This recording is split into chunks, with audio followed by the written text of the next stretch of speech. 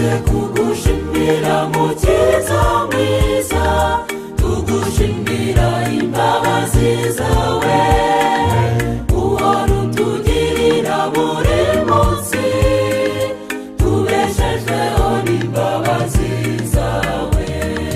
Nta munyabyaha utaguhimbaza kubw'imbabazi twagiriwe, nawe utuye mu isi utagushimira, Mbabazi we gahore ku ngoma.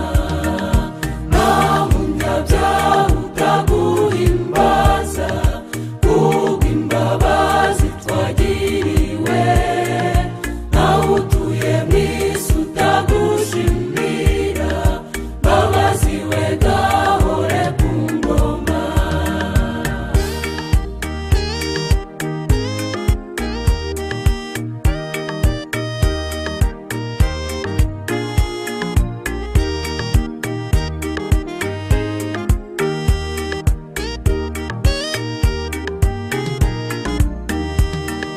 Twari dupfuye tuzize ibyaha byacu, twari mu maboko ya Satani pe.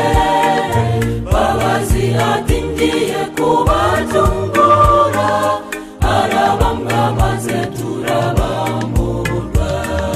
Nta munyabyaha utaguhimbaza kubw'imbabazi twagiriwe, nawe utuye mu isi utagushimira, Mbabazi we gahore ku ngoma.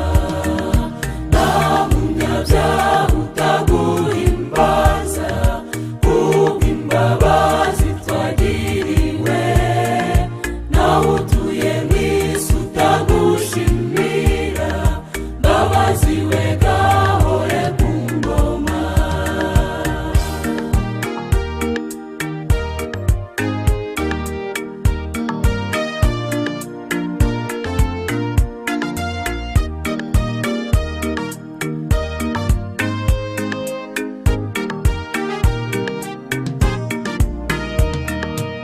Abatuye mu isi muze tumushime, Yesu Mbabazi zihora witeka, kuva none ukageza ibihe